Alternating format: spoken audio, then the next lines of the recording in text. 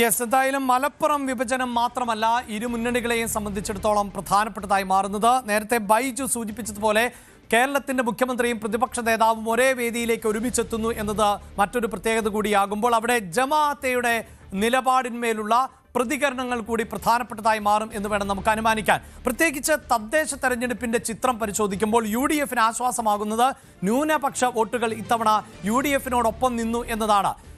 ഇടത് കേന്ദ്രങ്ങളോട് അടുത്ത് നിന്നിരുന്ന ന്യൂനപക്ഷ വോട്ടുകൾ തെരഞ്ഞെടുപ്പിൽ അകന്നു നിൽക്കുന്നു എന്ന പ്രതിസന്ധി കൂടിയാണ് ഇടതുപക്ഷം നേരിടുന്നത്. അടിസ്ഥാന വോട്ടുകൾ പ്രധാനമായും ഹൈന്ദവ വിഭാഗത്തിൻ്റെതാണ് എന്ന തിരിച്ചറിവ് ഉണ്ട് താനും. പക്ഷേ ന്യൂനപക്ഷ വോട്ടുകൾ കൂടി സമാഹരിക്കാനാകുന്നില്ല എങ്കിൽ വിജയിക്കാൻ പറ്റാത്തൊരു സാഹചര്യം കൂടി ഉണ്ടാകും. അവിടെയാണ് ജമാഅത്തെ ഇസ്ലാമി ആർക്കൊപ്പം അല്ലെങ്കിൽ ജമാഅത്തെ ഇസ്ലാമിയുടെ വോട്ട് സ്വീകരിക്കുമോ എന്നത് പ്രധാനപ്പെട്ടതായി മാറുന്നത്. ആ രാഷ്ട്രീയം കൂടിയൊന്ന് നമുക്ക് ചർച്ച ചെയ്തു പോകേണ്ടതുണ്ട്. ഞാൻ വീണ്ടും അനുമോദിലേക്ക് പോകുമ്പോൾ, അനുമോദ് നേരത്തെ MV ഗോവിന്ദൻ വ്യക്തമാക്കിയത് ജമാഅത്തയുടെ വോട്ടുകൾ ഞങ്ങൾ അങ്ങോട്ടേക്ക് തേടിയിട്ടില്ല, പക്ഷേ ജമാഅത്തെ വോട്ട് നൽകിയിട്ടുണ്ട്, ഇനിയും അത് സ്വീകരിക്കുമെന്നാണ്. പക്ഷേ ന്യൂസ് 18 നൽകിയ അഭിമുഖത്തിൽ തന്നെ ജമാഅത്തെ നേതാവ് വ്യക്തമാക്കിയത് 2016 കൃത്യമായി ചർച്ച നടന്നിരുന്നു. അന്ന് പാർട്ടി സെക്രട്ടറി ആയിരുന്ന പിണറായി വിജയനാണ് ആ ചർച്ച നടത്തിയത്. ആലപ്പുഴയിൽ വെച്ചായിരുന്നു ചർച്ച. അങ്ങനെയാണ് ഞങ്ങൾ വോട്ട് നൽകിയത് എന്നുള്ളതാണ്. പ്രതിപക്ഷ നേതാവ് VD സതീശൻ പറയുന്നത് ജമാഅത്തയുടെ വോട്ട് സ്വീകരിക്കും, പിന്തുണ സ്വീകരിക്കും, അവർ മതരാഷ്ട്രവാദികൾ അല്ല എന്നുള്ളതാണ്. പക്ഷേ ഈ രണ്ട് നേതാക്കളും ഇന്നെത്തുന്നത് സമസ്തയുടെ വേദിയിലാണ്. ജമാഅത്തെ വിഷയത്തിൽ സമസ്ത സ്വീകരിച്ച നിലപാട് എന്ത് എന്ന് നമുക്കറിയാവുന്നതുമാണ്. അപ്പോൾ ഈ വിഷയത്തിലും നേതാക്കളുടെ പ്രതികരണങ്ങൾ അല്ലെങ്കിൽ അവരുടെ പ്രസംഗങ്ങളിൽ ഉണ്ടാകാൻ പോകുന്ന പരാമർശങ്ങൾ അതുകൂടി ശ്രദ്ധേയമാകില്ലേ?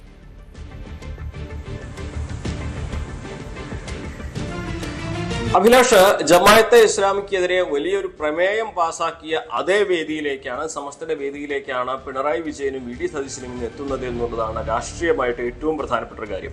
ജമാഅത്തെ ഇസ്ലാമിയെ ഒരിക്കലും അംഗീകരിക്കാനാകില്ല സമസ്തയ്ക്ക് എന്ന് അവർ മുൻപേ വ്യക്തമാക്കിയിട്ടുണ്ട്. ജമാഅത്തെ ഇസ്ലാമിയുമായിട്ടുള്ള സൗഹൃദം അല്ലെങ്കിൽ ബന്ധത്തെയാണ് ലീഗ് ആ സമസ്ത ബന്ധത്തിൽ ഒരു വഷളാക്കുന്ന ഒരു സാഹചര്യവും തീർത്തിരിക്കുന്നത്. അത് ഒരു വിഷയമാണ് നിലനിൽക്കുകയാണ്.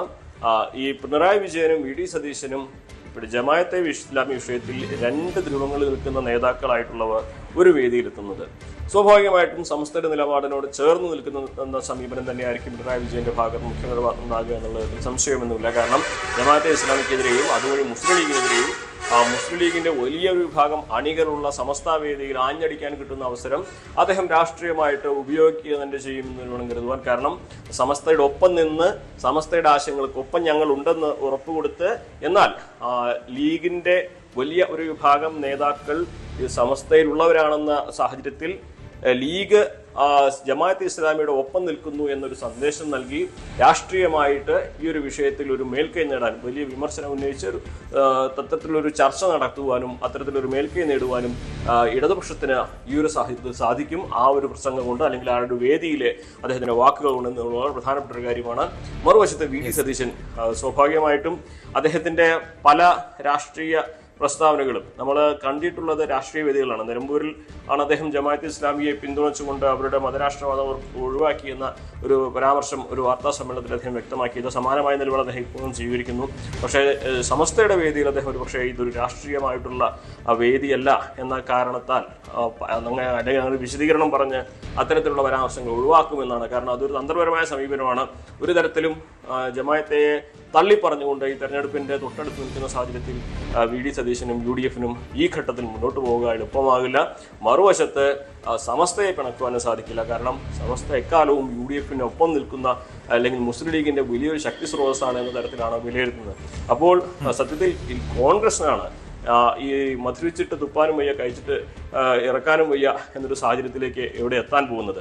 VD സതീശൻ അതുകൊണ്ട് തന്നെ എന്ത് സമീപനം, എന്ത് മറുപടി ഇതിൽ പറയുമെന്നുള്ളത് വളരെ പ്രധാനപ്പെട്ട ഒരു കാര്യമാണ്. ഒരുപക്ഷെ തന്ത്രപരമായ മൗനം ദീക്ഷിക്കുകയായിരിക്കും.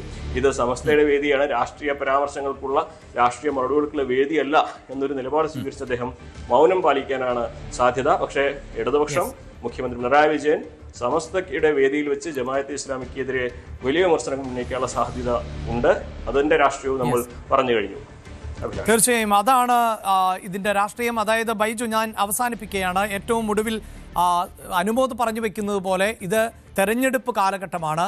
വിവാദ വിഷയങ്ങൾക്ക് പരമാവധി ഇടം നൽകാതിരിക്കാൻ ശ്രമിക്കും ഓരോ രാഷ്ട്രീയ പാർട്ടികളും. അതേസമയം എതിർ രാഷ്ട്രീയ പാർട്ടികളുടെ ആക്രമിക്കാൻ ലഭിക്കുന്ന അവസരങ്ങൾ നഷ്ടപ്പെടുത്തുകയുമില്ല. അവിടെയാണ് പിണറായി വിജയനെ പോലെ ഒരു നേതാവ് ഒരു പക്ഷേ ജമാഅത്തെ ഇസ്ലാമിയുടെ മതരാഷ്ട്രവാദത്തെ ഞങ്ങൾ എതിർക്കുമ്പോൾ എന്താണ് കോൺഗ്രസും UDF ഒക്കെ സ്വീകരിക്കുന്ന നിലപാട് എന്ന ചോദ്യം ഉയർത്താൻ സാധ്യത കാണുന്നത്. അത് വേദിയിൽ വെച്ച് ഉയർത്തുവാൻ സാധ്യത നമുക്ക് തള്ളിക്കളയാനാകില്ല. സാധാരണ പിണറായി വിജയൻ ഇത്തരം സാഹചര്യങ്ങളിലൊക്കെ മാധ്യമങ്ങൾക്ക് മുന്നിൽ പ്രതികരിക്കാറില്ല. പക്ഷെ തെരഞ്ഞെടുപ്പ് സമയമാണ്, അതുകൊണ്ട് മാധ്യമങ്ങളോട് കടക്ക് പുറത്ത് പറയും എന്ന് നമുക്ക് പ്രതീക്ഷിക്കേണ്ടതില്ല.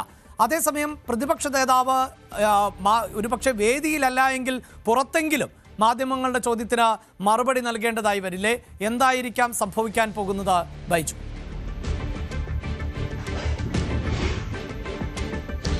അഭിലാഷ്, LDF-നെ സംബന്ധിച്ചിടത്തോളം, പ്രത്യേകിച്ച് CPM-നെ സംബന്ധിച്ചിടത്തോളം ഇതിലേറ്റവും പ്രധാനം ജമാഅത്തെ ഇസ്ലാമിയുമായി ബന്ധപ്പെട്ട വിഷയത്തോട് ചേർന്ന് നിൽക്കുന്നതാണ് സമസ്തയുടെ നിലപാട്. അതുകൊണ്ട് തന്നെ ഈ വിഷയത്തിൽ മുഖ്യമന്ത്രി പിണറായി വിജയൻ അവിടെ കൃത്യമായി നിലപാട് വ്യക്തമാക്കുമെന്ന് തന്നെയാണ് നമുക്ക് മനസ്സിലാക്കേണ്ടത്. മറ്റൊരു പ്രധാനപ്പെട്ട കാര്യം, PK കുഞ്ഞാലിക്കുട്ടി ഈ വേദിയിൽ ഉണ്ട് എന്നതാണ്. പ്രതിപക്ഷ നേതാവിനൊപ്പം തന്നെ മുഖ്യമന്ത്രിക്കൊപ്പം തന്നെ PK കുഞ്ഞാലിക്കുട്ടി കൂടി ഈ വേദിയിലുണ്ട്. കുഞ്ഞാലിക്കുട്ടിയും കൂടി ഇതിൽ പ്രതികരിക്കുന്നതും വളരെ പ്രധാനമാണ്. കാരണം മലപ്പുറം ജില്ല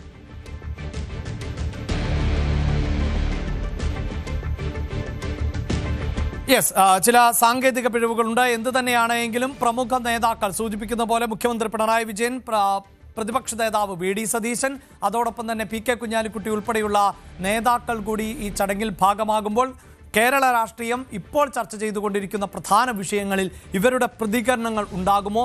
ഏത് തരത്തിലായിരിക്കും ഇവർ പ്രതികരിക്കാൻ പോവുക എന്നതാണ് നമ്മൾ കാതോർക്കുന്നത്.